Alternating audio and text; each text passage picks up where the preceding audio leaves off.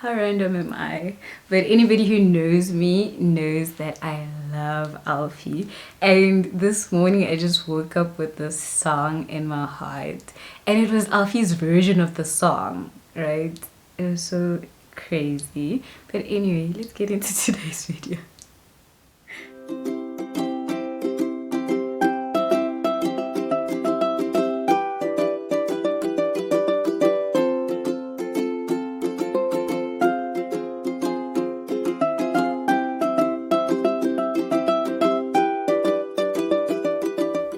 Hello and welcome to my YouTube channel. My name is Sunshine Zee, and if you are new here, you are welcome. Please consider subscribing by clicking the red button that says subscribe. You won't miss it. And yeah, I hope you are here to stay. And to the returning viewers and subscribers, as always, I really appreciate you, especially because you've given me so much grace lately. I haven't really been on time with my videos, but guys, I am trying. So I know this is gonna come on a Sunday morning because I missed the deadline for Thursday. But yeah, let's share the word today. So just to share a little bit about how this word came about. I almost did this, but I don't know why I almost did that. Because it's a word, right? So it came about is that I was reading earlier in the week. I was reading the book of Samuel. I am still in the book of Samuel, and I noticed similarities between Saul and Gideon, who I read about a couple of weeks ago in the book of Numbers, right? So actually, first of all, let me plug you, right? If you are somebody that maybe just struggles with reading the Bible and I don't know, you can't get it right. I know I used to be like that. I used to just, I don't know, I wanted to, but you know, at some point I just ended up just relying on reading the Bible when I'm at church or, you know, something like that. But what really helped actually is the pandemic, to be honest with you, because when it hit, I think, you know, because of uncertainty and fear, and you couldn't go to church, you know, you couldn't run to the church, you know, I had already known about the Bible app, but, you know, I don't know, I think I downloaded it at some point but never used it. But this time I downloaded it and I actually used it and I absolutely love it. This is not a paid promotional video. I know it sounds like I'm being paid to say this, but I genuinely love it and I would really highly recommend it for anyone, you know, like do plans and things like that. So actually this year I'm on a plan where I'm trying to read through the entire Bible in a year, and it's by thebibleproject.com. So check them out. I'll try to leave the details somewhere there. Or even in the description box for you guys, right? So let's get into it. So first of all, the book of Judges. I'm going to go into the story of Gideon. The book of Judges is one of those books that I really like. I think in the Bible or even in the Bible app, it should come with a warning of some sort, because it's really just, it's a gruesome book of the Bible. It's filled with violence and hey, hectic, this book, guys. So it's not really for the faint at heart. But anyways, I believe that people are familiar with the story of a man called Gideon, and he was from the tribe of, okay, we'll read it. So we're gonna read in the, I hope I haven't, did I say it? Judges chapter number 6. I hope I'm not repeating myself. So if you want, you can just read the whole story from about verse 11 to verse 16, but just read the whole story. However, I'm going to just focus on 14 and 15. So Gideon is busy doing what he was doing. The Israelites, yeah, they were going through it, okay?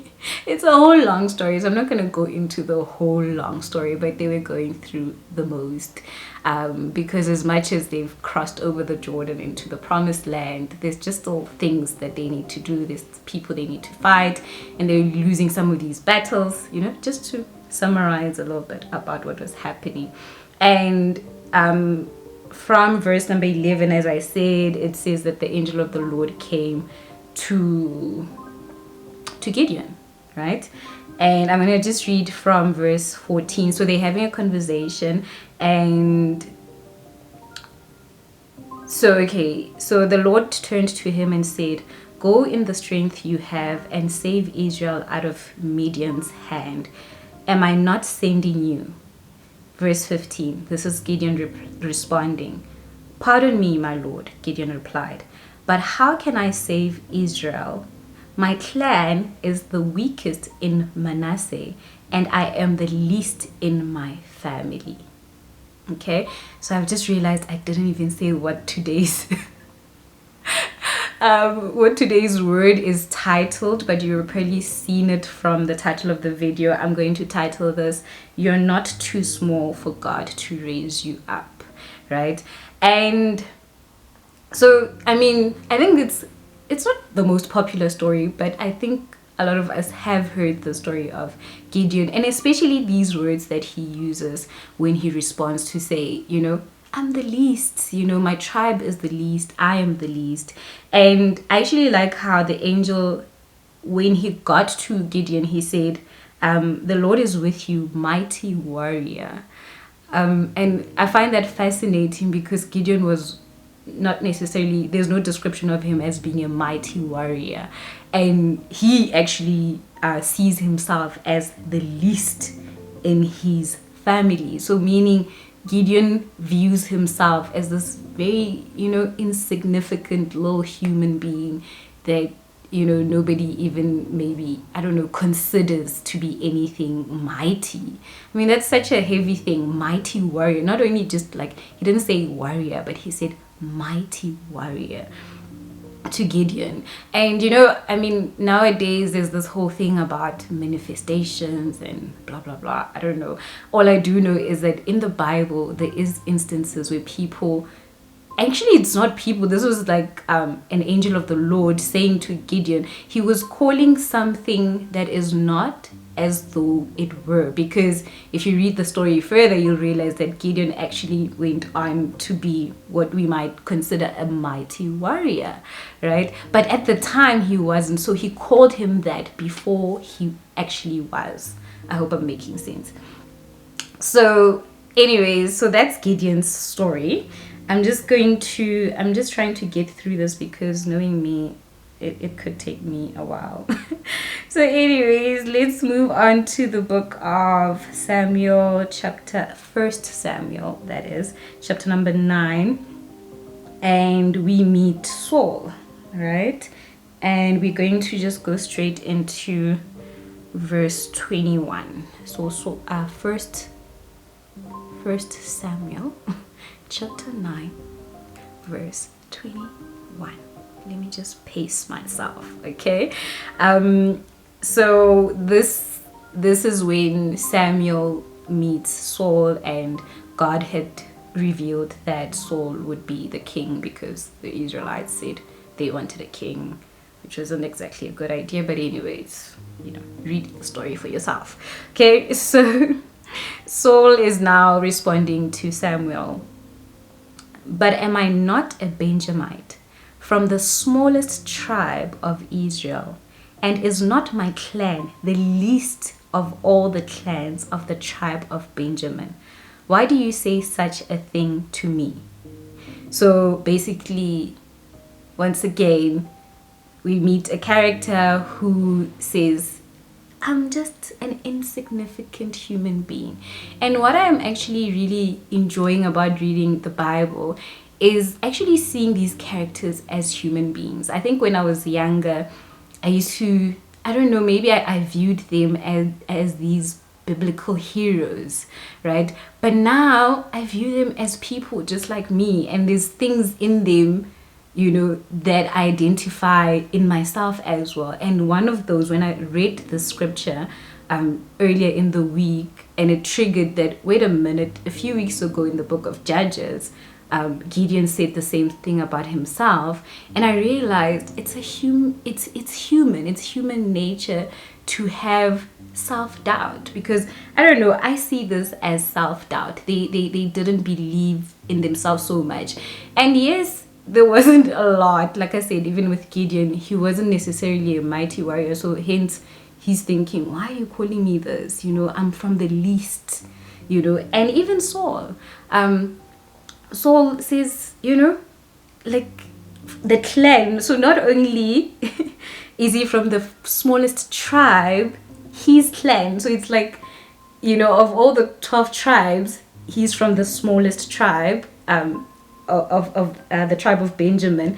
But in that tribe, he's also from the smallest, the least clan. So, you know, so he's basically highlighting, when I read it, I was like, why did he have to go into such great detail? I mean, he could have just stopped at, I'm from the smallest tribe. He actually goes, from that small, I'm also from the least clan. So in my language, we would call it what the nyenyefatsa. I don't know how to say that in English, but he's basically making himself so small, you know. It's like, he's just like, why me, you know? And I mean, I'm not even gonna go into what happened with Saul's story, but the point here, especially at this point in the story, is that God chose Saul. And even in the book of Judges, God had chosen Gideon. And that's my entire message to you, and I hope it just encourages somebody. And the message is simply that God can use you. The excuses you give about where you're from, what you've done, what you haven't done, what you have in terms of qualifications, what you don't have in terms of qualifications or money or status or family background, because these are the things that these people had. You know, they were basically, you know, I mean, if we put it in today's terms, they were basically saying, I'm not from a well-known family, I don't have the qualifications. You know, for me, when I bring it to today's world, that's what they were saying. You know, both Gideon and Saul were saying, we don't have the things that we need in order to become what you are calling us to be. You know, and God had chosen them. In both these stories, if you read them, you'll realize that God had chosen them. It wasn't Justin J, you know, it wasn't people who had chosen them, it was God who chose them. So my message is, you know, if God has chosen you for something, don't use the excuse of, I'm too small, I'm too, you know, this, I'm from that place, I'm from this province, I'm from this country.